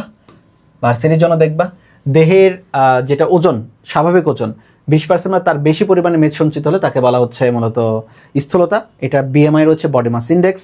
ভার্সিটিতে এখানে ম্যাথমেটিক্যাল টার্ম আসতে পারে, মনোযোগ দেবে আর কি। এটাতে ক্যালকুলেটর থাকলে ভালো অনেক ক্ষেত্রে। কিন্তু একটা জিনিসই থেকে খেয়াল করবে, সেটা হচ্ছে তোমরা কনভার্সনটা দেখবা, দেওয়া থাকবে 5 ফুট 6 ইঞ্চি। এটা তো তোমাকে আবার মিটারে কনভার্ট করতে হবে, কনভার্টিংয়ের দিকে একটু মনোযোগ রাখবা। তাহলে উপরে কিলোগ্রাম আর নিচে হইতেছে মিটার স্কোয়ারে। এবং এখানে দেখো লেখা রয়েছে একজন স্বাভাবিক মানুষের BMI এর বিস্তৃতি হইতেছে 18.5 থেকে 24.99। 25 বা তার বেশি চলে গেলে তাকে স্থূলতা বা মোটা বলা যেতে পারে আর কি। এটাতে আমরা জানি, এটাতে মরবিড স্থূলতা যখন BMI কত 50 থেকে 100 কেজি পার মিটার স্কোয়ার হয়ে যেতে পারে। চলো আসো, এই ছকটা হইতেছে সবচেয়ে জোস ছক, পড়ছো সবাই, বাট এই দুইটা বেশি আসে। নর্মাল BMI কত বলো তো? 18.5 থেকে 24.99 স্বাভাবিক ওজন। আর 25 থেকে শুরু করে 29.99 এটা কিন্তু অতিরিক্ত ওজন ভাই। এটাকে কিন্তু তুমি স্থূল বলতে পারবা না। যদি BMI এটা হয় তাহলে তুমি এটাকে কিন্তু মোটা বলতে পারবা না, তারে তুমি বলতে পারো ওভারওয়েট, তুমি একটু মানে ওজন বেশি বেড়ে গেছে, তাকে তুমি স্থূল বলতে পারবে না, বুঝছো? মোটা বলা যাবে না। এরপর থেকে ক্লাস 1, ক্লাস 2, ক্লাস 3 হিসেবে ব্যবহার করা যাবে। এটাই সবচেয়ে বেশি ভুল করে পোলাপান। অনেকে এটাকে বলে স্থূলতার প্রথম শ্রেণী, না, এটা জাস্ট ওভারওয়েট। চলো, অনেক ক্ষেত্রে হয় কি জানো, স্থূলতা নিয়ে আমরা চিকিৎসা করি। অনেক ক্ষেত্রে হচ্ছে বলো না যে ভুঁড়ি কেটে সমান করে দিল, সাপ করে দিল, ভুঁড়ি কাটা, এই যে ওয়ে, তো যে হোক, এগুলো তো একটা চিকিৎসা পদ্ধতি। তাহলে ভুঁড়ি নিয়ে যে কাজ করা হইতেছে, মানে চিকিৎসা করা হইতেছে, সেটা হইতেছে ব্যারিয়াট্রিক্স, নট পেডিয়াট্রিক্স। পেডিয়াট্রিক্স মানে বাচ্চাদের চিকিৎসা পদ্ধতি, এটা হচ্ছে ব্যারিয়াট্রিক্স। চলো, স্থূলতার কারণে যে সকল রোগ হতে পারে তাদের মধ্যে খুবই ইম্পর্টেন্ট, নিজেকে একটু ফোকাস করো। অবশ্যই কর্নিয়ারি হৃদরোগ হতে পারে, টাইপ 2 ডায়াবেটিস হইতে পারে। ডায়াবেটিস দুই ধরনের, একটা টাইপ 2, একটা টাইপ 1। এখানে লিখে দিচ্ছি টাইপ 1 হবে না। তাহলে বলো কোনটা হবে না? বলো টাইপ 1 হবে না, টাইপ 2 হবে কিন্তু এখানে। তাহলে দেখো, ক্যান্সার বা কোলন বা স্তন ক্যান্সার, উচ্চ রক্তচাপ, স্ট্রোক, যকৃৎ, পিত্তথলির অসুখ, স্লিপ অ্যাপনিয়া মানে অনেক সময় থাকে না, বোবাই ধরছে আর কি, দম বন্ধ আসতেছে, এই ধরনের হয়। অস্টিও আর্থ্রাইটিস, অস্টিও আর্থ্রাইটিস মানে বাত জ্বরের মতো, বাত ব্যথা, এবার বন্ধ্যাত্ব, স্টেরাইলিটি, স্টেরাইল হয়ে যায়, বাচ্চা টাচ্চা হয় না। স্থূলতার কারণ বহুত কারণ রয়েছে, এর মধ্যে সবচেয়ে গুরুত্বপূর্ণ জিনগত কারণ, 80% ক্ষেত্রে এটাই হয়। বাট আমাদের পারভীন ম্যাডামের বই অনুসারে এখানে একটা চমৎকার লাইন তোমাদের লিখে দিলাম, এফটিও জিন। বলো কোন জিন? এফটিও জিন, এফটিও জিন। তাহলে জিন, কোন জিনের কারণে মূলত ওজন বৃদ্ধি পায়, সেই জিনের নাম হচ্ছে এফটিও জিন। আবারও বলো কোন জিন? এফটিও জিন। একটু কমেন্টে জানাও তো কোন জিন? এফটিও জিন। পারিবারিক জীবনযাত্রা, আবেগ, ক্রোধ, বিশ্রাম ইত্যাদি ইত্যাদি। এখানে একটা কথা বলি, দেখো জাপান এবং চীনে বিএমআই যদি 25 কেজি পার মিটার স্কোয়ার হয় এবং চীনে যদি সেটা 28 কেজি পার মিটার স্কোয়ার হয়, তখনই সেটাকে স্থূলতা বলে ধরা হয়। স্বাভাবিকভাবে কি বলতো 29.99 পর্যন্ত আমরা এটাকে ওভারওয়েট ধরি, মানে অতিরিক্ত ওজন, স্থূলতা ধরি না। কিন্তু জাপানে 25 হলেই স্থূলতা ধরা হয়, আর চীনে 28 হলেই স্থূলতা ধরা হয়। দেখছো তারা কতটা হেলথ কনসিয়াস, তারা কোনো WHO নিয়মে মানে না। লিঙ্গভেদে গর্ভাবস্থার ক্ষেত্রে 4 থেকে 6 পাউন্ড বেড়ে যায়, যদিও এটা ভুল দেওয়া হচ্ছে, বাট কিছু করার নাই, এটাই পড়তে হবে। মূলত বাড়ে হইতেছে তোমার 10 পাউন্ডের মতো বাচ্চা থাকলে। নিদ্রাহীনতা, 6 ঘন্টার কম ঘুমাইলে, সত্যি কথা বলতে আমি 6 ঘন্টা কম ঘুমাই। তারপরে শিক্ষার অভাব, যারা বেশি শিক্ষিত তাদের এটা হয়। অসুখ, কিছু কিছু অসুখ রয়েছে যার কারণে ওইটা হইলে নারীরা মোটা হয়ে যায়। এর মধ্যে সবচেয়ে বেশি কমন পলিসিস্টিক ওভারিয়ান সিনড্রোম। এটাকে সংক্ষেপে পরীক্ষাতে আসে PCOS, পলিসিস্টিক ওভারিয়ান সিনড্রোম। এটা তোমরা যারা যারা ক্লাস করছো, তোমরা এই যে কলেজ পড়ো বা ইউনিভার্সিটি পড়ো, বেশিরভাগ মেয়েদের ক্ষেত্রে এটা আছে। দেখবা গায়ে লোম বেড়ে গেছে, ঘাড়ে এই জায়গাগুলো কালো কালো হয়ে যাচ্ছে, আঙ্গুলের এই অংশগুলো কালো কালো হয়ে যাচ্ছে, ঠিক আছে? স্পেশালি যাদের ওয়েট বেশি তাদের এটা হয়। এবং এই রোগের প্রধান ট্রিটমেন্ট ওয়েট কমাইতে হবে। পরবর্তীতে ওয়েট না কমাইলে অনেক ঝামেলা দেখা যায়। এছাড়াও দেখো কুশিং সিনড্রোম, এটা হইলেও মূলত মানুষ মোটা হয়ে যেতে পারে। আর একটা রয়েছে হাইপোথাইরয়েডিজম, এটা কারণে মানুষ মোটা হয়ে যায়। এই হাইপোথাইরয়েডিজমের জায়গায় পরীক্ষাতে দিয়ে দেবে কিন্তু হাইপার থাইরয়েডিজম, বা এই হাইপার থাইরয়েডিজমে কিন্তু মোটা হয় না। মোটা হয় কোনটাতে বলো? হাইপোথাইরয়েডিজমে। কোনটাতে? হাইপোথাইরয়েডিজমে। মনে রেখো, তাহলে এখানে দুইটা জায়গায় ঝামেলা করতে পারে। একটা হইতেছে ডায়াবেটিসের ক্ষেত্রে টাইপ 1 দিয়ে দিতে পারে, কিন্তু টাইপ 1 হবে না। আর হাইপোর জায়গায় দিয়ে দিতে পারে হাইপার। একটু মনে রাখো, কত ঔষধ, যেমন অ্যান্টিডিপ্রেশেন্ট, তারপরে কর্টিকোস্টেরয়েড, জন্ম নিয়ন্ত্রণ করে ওষুধ ইত্যাদি খাইলে এত বছর কমে যায়, দেখে নিবা, এগুলো দেখে নিবা, জাস্ট একবার দেখে নেবে। এটাতে নিয়মিত ব্যায়াম করতে হবে, প্রতিদিন 25 থেকে 30 মিনিট হাঁটতে হবে, খাদ্য গ্রহণ করতে হবে, ভালো ভালো খাবার খাইতে হবে। বাট এখানে একটা কথা লেখা রয়েছে, দেখো ওই যে আমরা প্রসেস চালগুলো খাই না, একদম মিহি চাল, ওই চালগুলো বাদ দিয়ে যদি আমরা একদম গ্রামের যে বাদামি চালগুলো থাকে না, পলিশ করা চাল বাদে, মানে পালিশ বা পলিশ যেটাই বলি, ঘষা চাল বাদে, যেটা চাল থাকে, উপরে একটু খোসা খোসা একটা বাদামি থাকে, একটু লালচে টাইপে থাকে, ওটা খাওয়া আমাদের স্থূলতা প্রতিরোধক। ওইখানে আয়রনও থাকে। দেহের ওজন এগুলো দেখে নিতে হবে। এইখানে আসো কিটোজেনিক ডায়েট, এইটা চমৎকার একটা জিনিস। দেখো কিটোজেনিক ডায়েট বলতে মনে রাখবা কম শর্করা বেশি চর্বি। এখানে কিন্তু লেখা নেই, শুধু চর্বিযুক্ত লেখা আছে। এটা আমাদের আলিম স্যারের বইতে কিন্তু কম শর্করা উচ্চ চর্বি, মাথায় রাখো, তুলে রাখো। শর্করা কম বা চর্বি কি বেশি, এটা হচ্ছে কিটোজেনিক। ওষুধ সেবন, অর্লিস্ট্যাট, ফেন্টারমাইন, লোকারসেরিন ইত্যাদি, লোকাসেরিন ইত্যাদি। তারপরে জিআই হরমোন, এটা ম্যাজিক বুলেট হিসেবে কাজ করে, যার অপর নাম হচ্ছে গ্যাস্ট্রো ইন্টেস্টিনাল হরমোন। এরপরে ব্যারিয়াট্রিক সার্জারি, এর মধ্যে gastric bypass, gastric slip surgery ইত্যাদি ইত্যাদি ইত্যাদি। কিছু রোগের কথা, এগুলো আবার ভার্সিটির জন্য গুরুত্বপূর্ণ, এগুলো হচ্ছে আমাদের ভার্সিটির জন্য গুরুত্বপূর্ণ। ওকে, হ্যাঁ, এখানে কি কমেন্ট করছে? মুরসালিমা খাতুন, ভেরি গুড, মুরসালিমা খাতুন, এফটিও জেন। আচ্ছা, আমাদের ক্লাস কেমন লাগতেছে এটা আমাদের একটু কমেন্ট করে একটু জানাও দেখি। 100 টাকার ক্লাস তো ভালো লাগতেছে নাকি খারাপ লাগতেছে, এটাও তো জানা দরকার, না? তোমরা তো কম্পেয়ার করবা অনেক হাজার হাজার টাকার ক্লাসের সাথে, হাজার হাজার টাকার ক্লাসের সাথে মাত্র 100 টাকার ক্লাসের কি কম্পেয়ার? কম্পেয়ারের মধ্যেই পড়বে না, না? লেভেলেই নয়, মানে আমার ক্লাস লেভেলেই নয়, এরকম কিছু। চলো, পৌষ্টিকতন্ত্রের কয়েকটি রোগ। পেপটিক আলসার, এই আলসার নিয়ে মনে সবাই ভোগে আর কি, তাই না? একদম পেট জ্বালাপড়া করে খাইলেই, স্পেশালি পেঁয়াজু পুরি টুরি খাইলে পেটের মানে পেট না বুক জ্বালাপড়া শুরু করে দেয় ইত্যাদি। পেপটিক আলসার, এই পেপটিক আলসার হওয়ার মানে খুবই গুরুত্বপূর্ণ একটা কারণ হতেছে হেলিকোব্যাক্টার পাইলোরি ব্যাকটেরিয়া। এছাড়াও যারা ব্যথার ওষুধ খায় তারা, যেমন ইবুপ্রোফেন, নেপ্রোক্সেন ইত্যাদি। এছাড়াও স্ট্রেস আলসার থাকে, যারা চাপে থাকে তাদের ক্ষেত্রে এটা হয়, এবং একটা থাকে যারা মশলাদার খাবার অনেক বেশি খায় তাদের ক্ষেত্রে আলসার হইতে পারে ইত্যাদি। এর প্রধান যে লক্ষণ শুধু দেখবা পেট জ্বালাপড়া করে। এটা আসো পিত্ত পাথরে বা পিত্তথলিতে পাথর। এর মধ্যে গুরুত্বপূর্ণ যে জিনিস সেটা হইতেছে পিত্তে সবচেয়ে বেশি পরিমাণে থাকে কোনটা? পিত্তে বেশি মাত্রায় থাকে কোলেস্টেরল এবং বিলিরুবিন। ভাই আবারও বলো, কি বলো তো? কোলেস্টেরল এবং বিলিরুবিন। তাহলে দেখো পিত্ত পাথর কী কী দ্বারা তৈরি হয়? কোলেস্টেরল থাকে, বিলিরুবিন থাকে, ক্যালসিয়াম ইত্যাদি পদার্থের সাথে সংমিশ্রণে তারা মূলত একটা মটর দানার মতো তৈরি করে পিত্ত পাথর। পিত্ত পাথরে বেশি থাকে কোলেস্টেরল এবং বিলিরুবিন। দেখো IBS, ইংরেজি নামটা দরকার, irritable bowel syndrome. Irritable bowel syndrome এইটা কেন হয়, এটার কারণ খুঁজে পাওয়া খুবই টাফ। লিভার সিরোসিস, এটা খুবই খারাপ অসুখ ভাই। কালকে একটা রোগী খুবই বাজে অবস্থায় চলে গেছে, লিভার সিরোসিসের রোগী। এটা মূলত হয় দুটো ভাইরাসের আক্রমণে, হেপাটাইটিস বি এবং সি। এছাড়া অনেক কারণে হতে পারে, বাট বি এবং সি এর কারণে হয়। তোমরা যেন তুষের আগুন বলা হয় হেপাটাইটিস সিকে। হেপাটাইটিস বি যদি ট্রিটমেন্ট না নাও, এটা অনেক ক্ষেত্রে হেপাটাইটিস সিতে কনভার্ট হয়ে যেতে পারে পরবর্তীতে, যার কারণে কিন্তু মানুষের এটার কোনো ট্রিটমেন্ট নাই। হেপাটাইটিস সি আর খুবই কষ্টদায়ক। লিভারে যে হেপাটোসাইটগুলো থাকে, হেপাটোসাইট মানে যকৃতের কোষ, যকৃতের কোষগুলো টোটালি স্ট্রাকচার নষ্ট হয়ে যায়, এটাতে স্থায়ী ক্ষতের সৃষ্টি হয়, এটাকে লিভার সিরোসিস বলে। ওকে, এর বড় কারণ হচ্ছে যে ফ্যাটি লিভার বা যকৃতে অতিরিক্ত চর্বি জমা হলে এটা হয়। আচ্ছা, এছাড়াও গুরুত্বপূর্ণ জিনিসগুলো আছে, ডান দিকে ব্যথা ট্যাথা একটু পড়ে নিবা। অ্যাপেন্ডিসাইটিস, অ্যাপেন্ডিক্সের প্রদাহকে অ্যাপেন্ডিসাইটিস বলে। যে কোনো আইটিস মানে প্রদাহ, এবং এটা হচ্ছে সিকামের অংশ। অ্যাপেন্ডিসাইটিস কিন্তু বাচ্চাদের বেশি হয়, মানে ইয়াং অ্যাডাল্টদের বেশি হয়, 10 থেকে 30 বছরের মধ্যে। কিন্তু উপসর্গ চিকিৎসা, অ্যাপেন্ডিসাইটিস হলে একদম ডিরেক্ট অপারেশন, কিছু করার নেই। পেট ফাঁপা মানে পেট অনেক সময় হয় না যে ফোলা ফোলা হয়ে গেছে, এই ক্ষেত্রে আমরা গ্যাসের ওষুধ দিই, অনেক ক্ষেত্রে দিই। তারপরে দেখো লেখা রয়েছে, ওই যে দেখো ফ্লাজিল, মেট্রোনিডাজল। মেট্রোনিডাজল কখন দিই? যখন পাতলা পায়খানা হইতেছে, হাগু হইতেছে, তখন না এই ওষুধগুলো দেওয়া হয় আর কি। সার সংক্ষেপ A to Z সব কিছু পড়ে নিতে হবে এই জায়গাটায়। ওকে,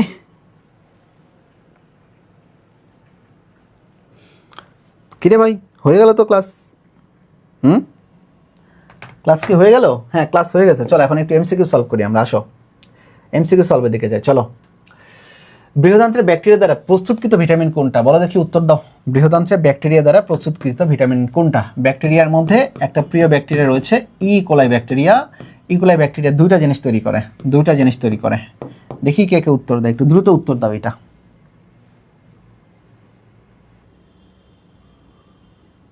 দেখছো আমি কতবার ভুল করে ফেলছি আজকের। আমি ক্লাসটা রেকর্ডিংয়ে দিই নাই আর কি, রেকর্ডিং না দিয়ে আমি চালাই দিচ্ছি আর কি। এটা শুধু লাইভে চলতেছে। সেট পুরো ক্লাস শেষ, কেবল খেয়াল করলাম আমি। ওকে, রাইট অ্যান্সার হবে ভিটামিন কে এবং B12। ভিটামিন কে এবং B12। ওকে, ইকোলাই দুইটা নিয়ে কাজ করে আর কি, ভিটামিন কে এবং ভিটামিন B12। চলো এরপরে দিকে যাই, দেখি নিচের কোনটি মানুষের দ্বিতীয় মস্তিষ্ক হিসেবে পরিচিত? সেকেন্ড ব্রেন কোনটা বলো দেখি, উত্তরটা দাও। সুষুম্না কাণ্ড, এন্টেরিক স্নায়ুতন্ত্র, এক্সটেন্সিভ স্নায়ুতন্ত্র, নাকি মিডল অফ লঙ্গাটা? কি গাধার মতো কাজ করছে একটা আমি।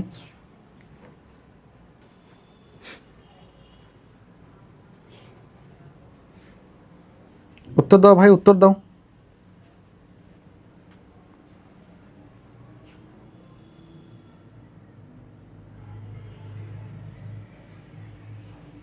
উত্তর দাও।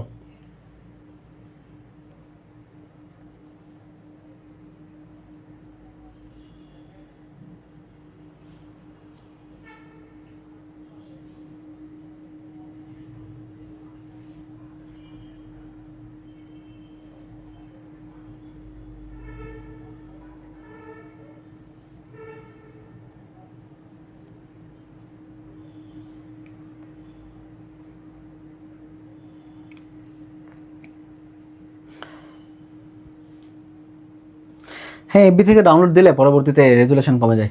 রাইট অ্যান্সার হচ্ছে এন্টেরিক স্নায়ুতন্ত্র। এন্টেরিক মানে ভেতরে, মানে ইন্ট্রেন্সিক স্নায়ুতন্ত্র যেটাকে। ওকে, এন্টেরিক মানে আন্ত্রিয় স্নায়ুতন্ত্র। চলো এটা দিই, কোনটির উপস্থিতিতে স্নেহ পদার্থের ইমালসিফিকেশন ঘটে? ভাই, ইমালসিফিকেশন মানে ক্ষুদ্র ক্ষুদ্র চর্বিকণায় বিভক্ত হয়ে যাওয়া। বলো দেখি ইমালসিফিকেশন কোনটা?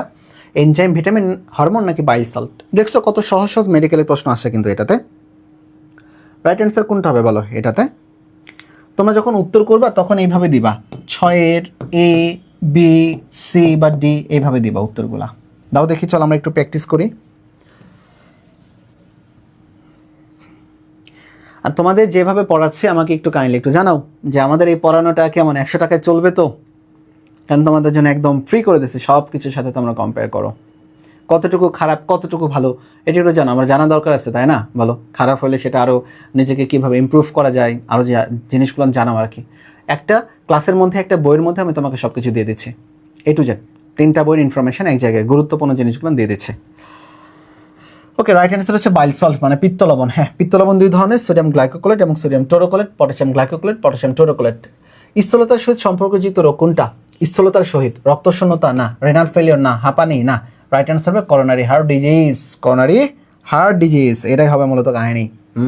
এছাড়াও দেখো আরও একটা রোগ হয় স্থূলতার সাথে জড়িত, সেটা হচ্ছে ডায়াবেটিস টাইপ 2, ডায়াবেটিস টাইপ 2 এবং কি থাইরয়েডিজম,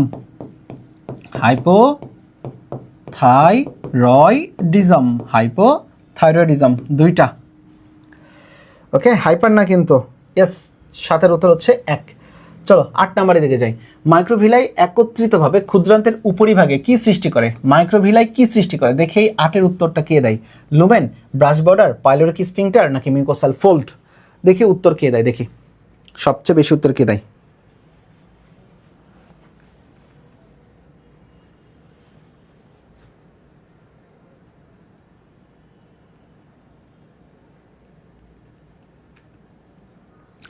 আজকের ক্লাস যারা যারা করছো, তোমাদের যে নোটটা তোমরা আমাদের বায়োলজি লাভার্স পেজে না, গ্রুপে তোমরা সবাই একটু যতটুকু নোট করছো এটা একটু মানে জাস্ট পোস্ট করো, আমি একটু দেখতে চাই তোমরা পড়াশোনা কেমন করো। এছাড়া তো বোঝা যাইতেছে না, তাই না?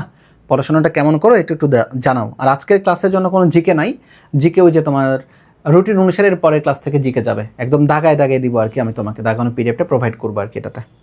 বলো উত্তর কোনটা হবে? 8-এর উত্তর কোনটা?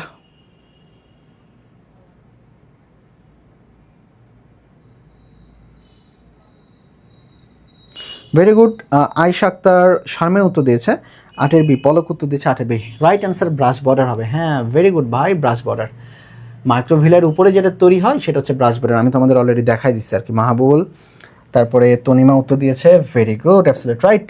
তো এই হইল আমাদের আজকের ক্লাস।